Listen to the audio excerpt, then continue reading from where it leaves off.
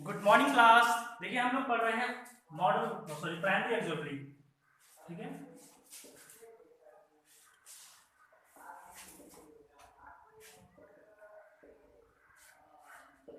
Primary auxiliary का हम second part को पढ़ेंगे आज। तो क्या है? हैज, हैड और हैड। ठीक है, प्राइमरी ऑक्सिलरी का सेकंड पार्ट हमारा क्या है? हैज, हैड और हैड। उस समय जानते हैं हैज, हैड और हैड है क्या, और इनका यूज यहाँ पर किस तरीके से होता है। देखिए हैज, हैव और हैड का यूज, ठीक है, प्रॉपर्ली करते हैं मेन वर्ब की तरह, लेकिन जब ये टेंस में यूज होता है तो as a helping verb use होता है। ठीक है, अगर इनकी बात करें हम तो इनकी पहचान क्या होगी? कह सकते हैं जिस भी सेंटेंस के लास्ट में अगर हैज और हैड की बात करें तो जिस भी हिंदी वाक्य के लास्ट में, ठीक है, या फिर जिस भी हिंदी वाक्य में पास है और रखता है शब्द आया हो, पास है या रखता है, क्या है हो, पास है या फिर रखता है शब्द आया हो, तो वहां पर मेन वर्ब के रूप में हैज और हैव का यूज करते हैं। ठीक है, जैसे एग्जांपल कहा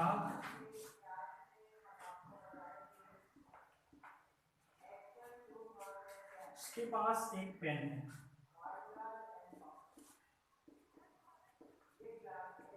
उसके पास एक पेन है, या मैं इस सेंटेंस को ऐसे भी कह सकता हूं, वह एक पेन रखता है। ठीक है, सेंटेंस को ऐसे बोल सकते हैं, इस तरीके से भी बोल सकता है, उसके पास एक पेन है या फिर वह एक पेन रखता है, मतलब पेन पे उसका अधिकार है। ठीक है, वह पेन पर अपना अधिकार प्रकट कर रहा है। ठीक है, तो इस स्थिति में हम हेल्पिंग वर्ब नहीं, मेन वर्ब के रूप में हैज और हैव का यूज करेंगे यहाँ पर। जैसे क्या लिखेंगे, और स्ट्रक्चर हमारा क्या होगा? Making rule. सब बड़े क्या लिखेंगे? सब्जेक्ट। फिर क्या लिखेंगे? हैज या हैड। ठीक है, उसके बाद क्या लिखेंगे? ऑब्जेक्ट। बचा होगा। ठीक है, ये हमारा होगा मेकिंग रूल। इसके बाद क्या लिखेंगे हम? सब्जेक्ट। सब्जेक्ट हमारा क्या है?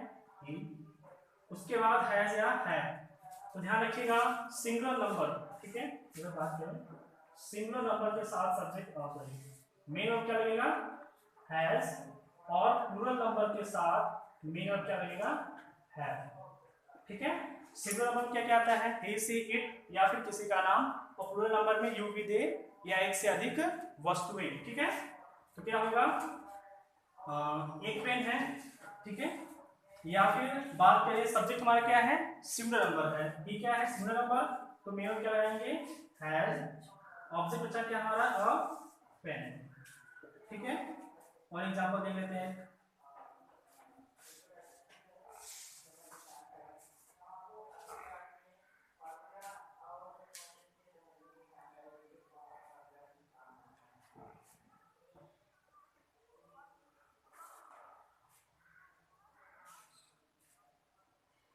सेंटेंस हमारा क्या है? तुम दो गाय रखते हो। ठीक है, लास्ट में क्या हुआ है? या फिर सेंटेंस में गाय पर तुम का अधिकार जो है प्रकट हो रहा है, और वाक्य में पास है, रखता है शब्द आया हुआ है। ठीक है, तो स्ट्रक्चर हमारा क्या होगा? सबसे पहले सब्जेक्ट, ठीक है, प्लूरल नंबर, तो मेरा क्या आएंगे? Have to cow. ठीक है, ये पार्ट क्लियर है। अब बात कर लेते हैं हम लोग हैड की।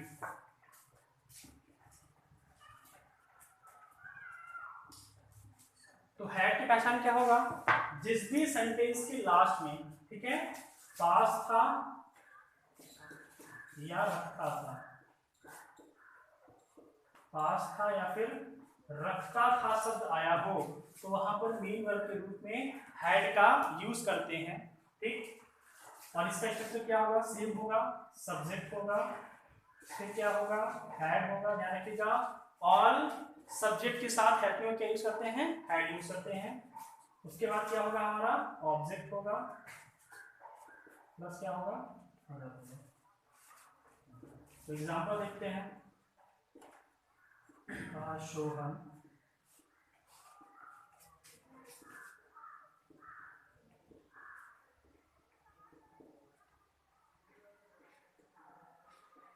सोहन एक किताब रखता था, ठीक है। सोहन का एक इस किताब पर क्या हुआ, अधिकार प्रकट हो रहा है। और इस सेंटेंस में पास था और रखता था शब्द दो में से एक आया हुआ है। सेंटेंस को इस तरीके से बोल सकते हैं, सोहन के पास एक किताब थी, सोहन के पास एक किताब थी, या फिर सोहन एक किताब रखता था, ठीक है। ये सेम दोनों क्या है, सेम है। स्ट्रक्चर हमारा क्या है, सब्जेक्ट सोहन, ठीक है।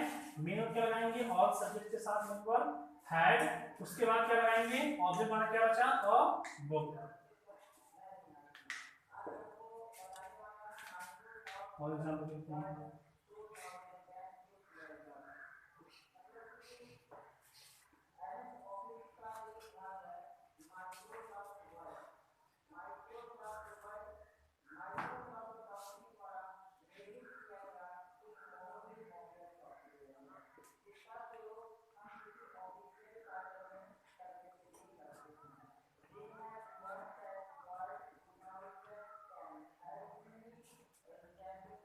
सेंटेंस हमारा क्या है, हम विद्यालय में एक मार्कर रखते थे, या फिर हमारे पास विद्यालय में एक मार्कर था, ठीक है। दोनों सेंटेंस क्या है, सेम है।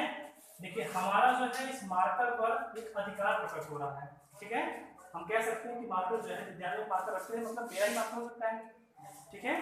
तो हाँ स्ट्रक्चर वाला क्या होगा, सबसे पहले सब्जेक्ट होगा हमारा वी, और सब्जेक्ट के साथ मेन वर्ब हैड। उसके बाद क्या आएगा, ऑब्जेक्ट, ऑब्जेक्ट क्या है, और मार्कर,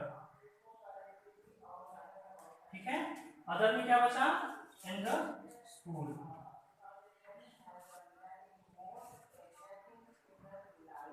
ठीक है। ये हो गया आपका हैज, हैव और हैड, ठीक है। आई थिंक ये पार्ट जो आपको क्लियर हो गया होगा। That's all.